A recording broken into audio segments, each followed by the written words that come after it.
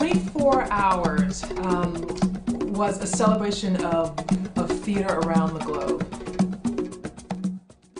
Around the World in 24 Hours was a new play and performance festival that featured 8 live readings from Mexico, Iceland, Finland, the Czech Republic, Lebanon, Iraq, Tanzania, and Argentina. And live Ustream web performances from Osaka, Munich, Berlin, and video recorded performances from Rio and Bucharest. Does anyone of you speak German? Oh, sorry, I don't have to ask questions. Frag auch den Micha. Okay, where are you now? Right now, I'm in Berlin, at Kreuzberg, in the apartment of Katja Vielmann. You live in your own time. Oh, Jesus. Yes, it's my own time. Please come in and have a seat. Would you like something to drink? Tea or coffee? Yes, I do live here now. Isn't this a nice place? I like it here. It feels like home. What happens when you have an audience in one location and another location and another location, and they all get to experience something at the same time?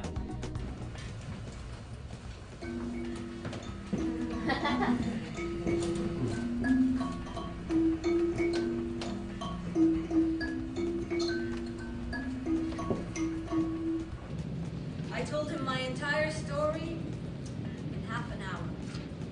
Was coming to Germany a mistake?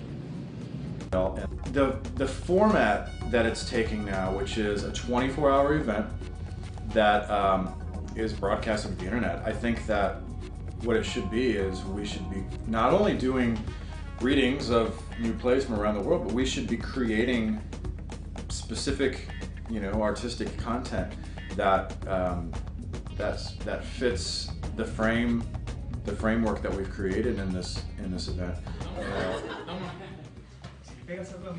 ¿No me escuchaste? ¿Estás limpio? ¡Limpio! ¿Los granos de la otra vez? No te hagas. No era nada, me di cuenta que era normal. What worked about it was that it was a casual environment for artists to meet each other and to intersect and to see each other's work informally and formally. To connect the actors I usually work with in Munich to the other members here in New York and around the world. Even though we used technology, the knowledge at so many different places, people would work the same way, thinking about the same questions and trying to get this event started. Felt like a very close communication, closer than communication with technology can get. As if today was over and done with, as if you'd crossed a bridge and death echoed among the stones. Reckless one, you're nothing more than fodder for the coveted Minotaur. We are in dire need of a more diverse and interesting discourse, which unfortunately I think, at least in the mainstream, it's really lacking. And as the world gets smaller with technology, I mean, the internet aside, but just discourse in general is becoming more, it's just easier to talk to people. We have to acknowledge that and embrace it and rein it in and use it as an opportunity to communicate with each other and share culture. Art itself is the danger, because if you really let art free, it creates a kind of creates anarchy and chaos. It creates things that you intend to create if you really let it happen. It's accessible to anyone. It's free to anyone, and you can take it in whatever sort of dose you want it to take it in. You could sit there for the whole 24 hours in the space. You could be at home, tuning in here and there whenever you wanted to. It involves a tremendous risk on the part of American audiences and the part of American producers to really take that leap. But I think that it would be just another step in moving us toward being part of the international community. Karthi? Karthi Tisanayagan? Is that you, cousin Shahan? I can't believe this. I haven't seen you since we were kids. No, I left Colombo before I can really remember anything. I was 3 years old. And then just listen to you, how English you are. Wow, it's so good to see you, cousin. Welcome to Sri Lanka. I mean, welcome back home. They're so varied. So I want to get the audience to know what is Mexican playwriting. You can start your plays as a base or not. So, ¿quién quiere empezar? In addition to having so many great people live in the audience, we had the Ustream audience watching from all over the globe. So maybe at 3 a.m. when there was nobody or very few people in the actual audience live in New York, there were people all around the globe watching the event. And to know that we had this connection to people who were watching online was really incredibly exciting.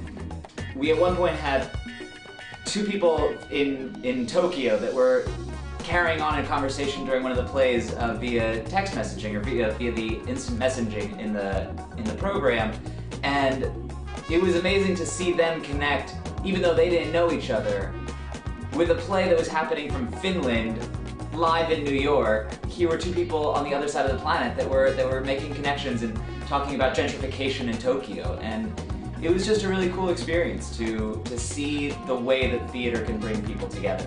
Can't be here. No. No! Where are you going?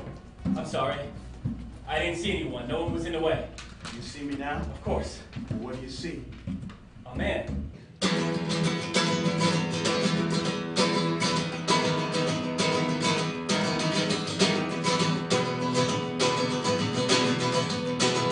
Yes, I think the more we spread, the more people can get involved and the more connections we can make. And I really like already this year the feeling of just knowing that at other places there are some other people doing the same thing at the same moment.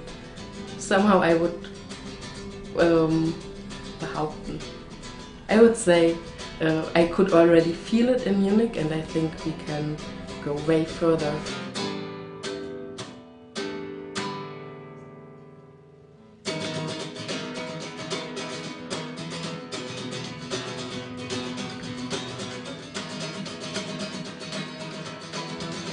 Sort of the ultimate in accessibility.